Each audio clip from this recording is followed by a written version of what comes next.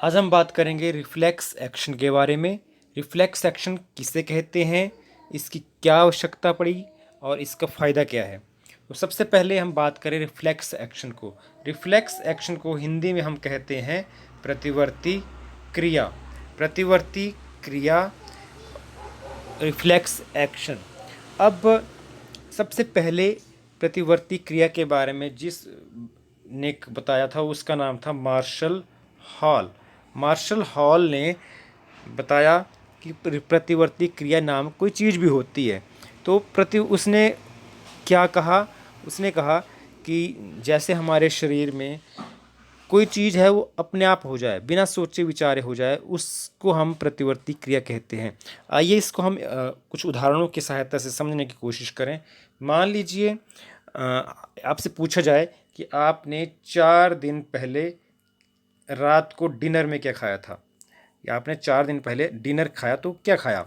तो इस क्वेश्चन का आंसर देने के लिए आप कुछ मोमेंट सोचेंगे और फिर आप कुछ आंसर देंगे अगर आपको याद आ जाए वो चीज़। अगर आपसे उसके बाद कुछ और क्वेश्चन पूछा जाए कि मान लीजिए आज से ठीक 10 दिन पहले आप इसी समय कहाँ पर थे, तो आप 10 दिन पहले की बात सोचेंगे। आप दिमाग आपका सोचेगा, विचार करेगा कि ठीक इसी समय, मान लीजिए 10 बजे का टाइम है तो 10 बजे आप 10 दिन पहले कहाँ पर थे। तो दिमाग सोचेगा, फिर आप उसके बारे में सोच विचार कर कुछ क्षणों के बाद उत्तर देंगे। तो इसको हम कहेंगे सोचना, या आप सोच कर रहे हैं या आप थिंक कर रहे हैं, सोच विचार कर करना काम, इसको हम कहेंगे थिंकिंग। ये थिंकिंग प्रोसेस में आया। लेकिन जैसे हम कई चीज़ें होती हैं हमारे आसपास, जैसे हम खांसते हैं, छींकते हैं, हमारे जो सबसे फेवरेट चीज़ होती है उसको देख के मुंह में हमारे लार आ जाए, उसके बाद आपकी आंखों पर तेज़ रोशनी पड़ी तो आपकी आंखें जो होती हैं वो बंद हो जाती हैं। वो अगर आप ठंड में, बहुत ठंड में गए हैं तो आपके शरीर जो है कांपने लगता है, कंपकपी छूट जाती है। आपका का हाथ आग में कहीं एकदम से चला जाता है तो आपका हाथ पीछे हट जाता है। तो इन चीज़ों के बारे में हम सोचते नहीं हैं, हम जो है सोचते नहीं हैं और एकदम से चीज़ें घटित हो जाती हैं। सोचिए अगर हम ये चीज़ें भी उतना ही टाइम लें। मान लीजिए आपने क्या किया, मान लो आपने एक बहुत गर्म तेज़ मैंने आपके हाथ में कोई बर्तन पकड़ा दिया, या आप खुद का आपका हाथ जो था किसी, आपने कोई बर्तन पकड़ लिया, आपको पता नहीं है कोई वो बहुत गर्म है, और तो आप इमिडिएटली क्या करेंगे। हो सकता है आप, दो कंडीशन होती हैं, या तो आप एकदम से अपना हाथ पीछे हटाएंगे, या फिर आप क्या करेंगे, आपके हाथों से वो छूट जाएगा, बर्तन छूट जाएगा, वो चीज़ गिर जाएगी। मान लो उसमें दूध रखा है तो दूध गिर जाएगा वो। तो इसको आप क्या कहेंगे, ये हमारा रिफ्लेक्स एक्शन है। इसके लिए आपने सोचा नहीं, एकदम से घटित हुआ। अगर सोचने का विचार करने का आप समय गवाते तो शायद आपका हाथ जल जाता। यही रिफ्लेक्स एक्शन है, यही प्रतिवर्ती क्रिया है। तो अगर हम बात करें प्रतिवर्ती क्रिया को डिफाइन कैसे करेंगे, हम परिभाषित कैसे करेंगे, तो क्या क्या है ये। एक देखिए, बहुत ही तेज़, बहुत ही क्विक है, बहुत तीव्र है, बहुत तेज़ है। उसके बाद ये ऑटोमेटिक हो जाता है अपने आप, ये ऐसा नहीं इसको करने की कोई ज़रूरत पड़ती, ये ऑटोमेटिक है। उसके बाद ये, इसके लिए हमें कोई बोलने की ज़रूरत नहीं पड़ेगी अपने मसल्स को। ये इनवॉलेंट्री है, अनैच्छिक है, अपने आप होता है, और आपके बिना दिमाग के सोचे हो जाए, अनकॉन्शियस है, तो ये अनकॉन्शियस भी है। तो ऐसे रिस्पॉन्स को हम क्या कहते हैं, रिफ्लेक्स एक्शन कहते हैं। अगर हम प्रॉपरली डिफाइन करना चाहें तो इसकी परिभाषा क्या बनेगी। अगर हमारा शरीर ये किसी ऐसे खतरे के नज़दीक पहुंच जाए, कोई हमारे शरीर के ऊपर खतरा आ जाए, ऐसी चीज़ के ऊपर आप नज़दीक आप पहुंच जाएं जिससे आपको नुकसान हो जाए, आपको नुकसान पहुंचे, तो हमारा शरीर एकदम से अपने उस अंग को पीछे खींचता है, विड्रॉ करता है जिसके ऊपर सबसे अधिक खतरा होता है, जो मोस्ट वनरेबल होता है, सबसे अधिक खतरा हो जिस अंग को।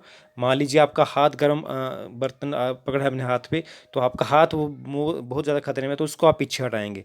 मान लीजिए आप चल रहे हैं, आगे पैर के नीचे सांप आ गया, आपने स्नेक देख लिया और स्नेक आपके सांप के जो है पैर के नीचे आ रहा है, तो आप पैर को हटाएंगे। तो मतलब वो अंग जो सबसे अधिक खतरे में है उसको आप पीछे हटाया, वो आपका पैर था या आपका हाथ था, तो उसको आप कहते हैं रिफ्लेक्स एक्शन। तो आइए इसको एक हम चित्र की हेल्प से समझें। तो रिफ्लेक्स एक्शन जो होता है इसमें 5 कंपोनेंट होते हैं। एक होता है रिसेप्टर, एक होता है सेंसरी न्यूरॉन, एक होता है इंटर न्यूरॉन, एक होता है मोटर न्यूरॉन, एक होता है इफेक्टर। इनको हम एक एक करके समझने की कोशिश करते हैं।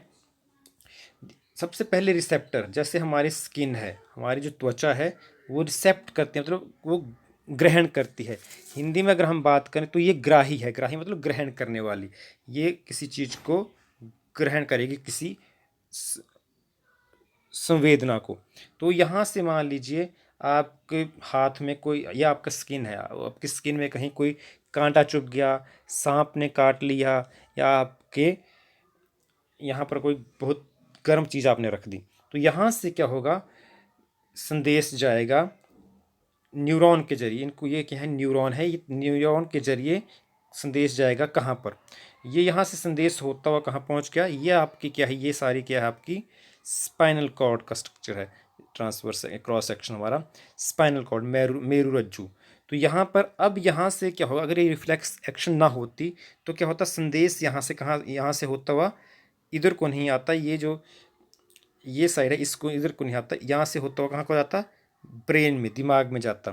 फिर दिमाग इसके ऊपर इंटरप्शन करता, यहाँ मान लो ब्रेन है, दिमाग से इंटरप्शन उसके ऊपर विचार करता, वहाँ से संदेश आता कि क्या करें। मान लीजिए यहाँ पर आपको आ गया कि जी बहुत क्या है, तेज़ बर्तन है कोई, तो दिमाग से संदेश आएगा कि यहाँ से इसको हटा दो। तो यहाँ से संदेश गया सेंसरी न्यूरॉन से होता हुआ, और यहाँ से होता हुआ ब्रेन को, ब्रेन इसको विचार किया, फिर वापस आया, और यहाँ से होता हुआ यहाँ को जाएगा। इस मूवमेंट में क्या होगा, टाइम लगेगा, और तब तक हाथ जल जाएगा। तो इससे बचने के लिए क्या हुआ, संदेश स्किन से, त्वचा से गया, इसको ये इनको कहेंगे आप सेंसरी न्यूरॉन। ये है सेंसरी न्यूरॉन। सेंसरी न्यूरॉन से होता हुआ संवेदी तंत्रिका कोशिका, हिंदी में कहते हैं संवेदी तंत्रिका कोशिका। संवेदी तंत्रिका कोशिका से होता हुआ कहाँ पहुँच गया, यहाँ पर स्पाइनल कॉर्ड में पहुँच गया, मेरुरज्जु में पहुँच गया। मेरुरज्जु में क्या होगा, यहाँ पर ये जो एरिया है इसको बोलते हैं इंटर न्यूरॉन। ये एरिया है इंटर न्यूरॉन। इंटर न्यूरॉन मतलब जहाँ पर, या एसोसिएशन न्यूरॉन भी इनको बोलते हैं, जहाँ पर न्यूरॉन आपस में मिलते हैं। तो यहाँ पर ये मिलेगा मोटर न्यूरॉन से, ये वाला हिस्सा आ गया मोटर न्यूरॉन, जो किसी पेशियों से जुड़ा हुआ है।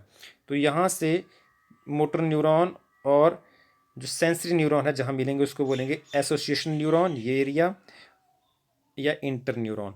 तो यहाँ पर इस सिग्नल को, जो सेंसरी न्यूरॉन से सिग्नल आया, इसको इंटरप्ट करके एकदम से मैसेज जाएगा इफेक्टर ऑर्गन तक थ्रू, इसको जो ये है इसको बोलते हैं मोटर न्यूरॉन। ये वाला हिस्सा मोटर न्यूरॉन है।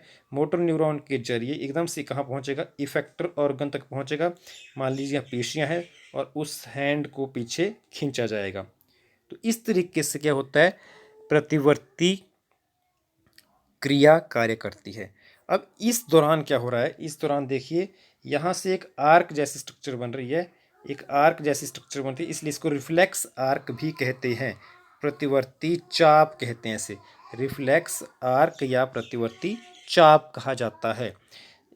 जो आपकी 10th की एनसीईआरटी की बुक है उसमें ये स्ट्रक्चर बनी है। जैसे यहाँ से आपको, इसको भी हम थोड़ा सा क्लियर करते हैं। जैसे यहाँ से मान लीजिए ये आपका संवेदी, यहाँ यहाँ गर्म बर्तन से आपका हाथ टच किया, यहाँ से एकदम से संदेश क्या हुआ, ये आपकी ग्राही है जहाँ संदेश ग्रहण किया, रिसेप्टर है, यहाँ से सेंसरी न्यूरॉन्स के जरिए इलेक्ट्रिकल इम्पल्स गया, इलेक्ट्रिकल इम्पल्स जाता है, और यहाँ से होता हुआ कहाँ पहुँचा, ये चला गया यहाँ पर, और यहाँ पर जहाँ दोनों न्यूरॉन, मोटर न्यूरॉन और सेंसरी न्यूरॉन, ये मोटर न्यूरॉन ये है, और ये वाला मोटर न्यूरॉन है, और ये सेंसरी न्यूरॉन है ऊपर वाला। तो जहाँ पर ये वाला मोटर न्यूरॉन है जो ब्लू से दिखा रहा, मोटर न्यूरॉन और सेंसरी न्यूरॉन ये वाला आपस में मिले, उस एरिया को आपने कहा एसोसिएशन न्यूरॉन या इंटर न्यूरॉन, और यहाँ से संदेश इसको गया, और एक आर्क जैसी स्ट्रक्चर बन रही है, इसलिए इसको हम रिफ्लेक्स आर्क कहते हैं, प्रतिवर्ती चाप कहते हैं। अब इसका फ़ायदा क्या होता है हमारे लिए, हमारे शरीर में फ़ायदा क्या है इसका? तो देखिए, ये जो प्रतिवर्ती चाप या प्रतिवर्ती क्रिया है, इसका फ़ायदा एक ये है कि ये इस क्योंकि अगर आप देखिए यहाँ से संदेश जाए, यहाँ को हो जाए, यहाँ ऊपर से यहाँ से ब्रेन को जाएगा, ब्रेन से वापस हट के आएगा, तो क्या होगा, इसमें बहुत समय लगेगा और हमारे शरीर को नुकसान हो सकता है। हमारे शरीर को क्या होगा, नुकसान हो सकता है। उस नुकसान से शरीर को बचाने के लिए, उस हार्म से शरीर को बचाना है अगर हमने, तो हमें क्या, तो ये प्रतिवर्ती चाप क्या है, बहुत आवश्यक है। तो हार्म से शरीर को बचाना है अगर आपने, तो प्रतिवर्ती चाप जरूरी है। उसके बाद अगर ये हमारा जो ब्रेन है उसकी ओवरलोडिंग, क्योंकि हमारे दिमाग के ऊपर बहुत से काम है हमारे पास, उसके पास, तो उसके ऊपर बहुत सब पहले ही क्या है, ज़्यादा काम है, तो उसका लोड को एक कम करता है क्या, प्रतिवर्ती चाप। तो ओवरलोडिंग को कम करता है प्रतिवर्ती चाप। तो ये एक बहुत, दो चीज़ें हमारे लिए बहुत महत्वपूर्ण है। एक तो ये क्या करेगा, प्रतिवर्ती दिमाग का बोझ कम करेगा, ओवरलोड कम करेगा। दूसरा, आपके शरीर को होने वाली हानि को उससे हमारे शरीर को बचाता है। तो ये जो रिफ्लेक्स आर्क है, इसके बारे में जो विवरण है सबसे पहले किसने दिया था, इसके बारे में सबसे पहले विवरण दिया था बेस्ट एंड टेलर। बेस्ट और टेलर ने इसके बारे में बताया था सबसे पहले, रिफ्लेक्स आर्क के बारे में। रिफ्लेक्स एक्शन के बारे में मार्शल हॉल ने इसके सबसे पहले बताया था। तो जैसे हमारे शरीर में कई कार्य हैं, जैसे हम, मैंने पहले बात की, खांसते हैं, छींकते हैं, मुंह में लार आती है, आंखें एकदम से तेज़ रोशनी में बंद हो जाती हैं, ठंड में कांपते हैं। एक आप आग के नज़दीक जाएंगे, गर्म ऑब्जेक्ट को आपने पकड़ लिया, तो आप हाथ को पीछे करते हैं, उस अंग को पीछे करते हैं जो उस सबसे खतरे में होता है। इसको हम प्रतिवर्ती क्रिया कहते हैं।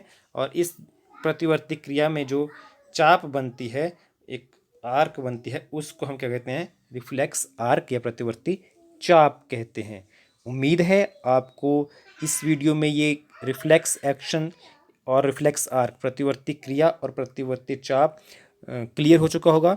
अगर नहीं हुआ है तो आप तो आप इस वीडियो को एक दो बार फिर से देखें, आपका डाउट बिल्कुल क्लियर होंगे। धन्यवाद।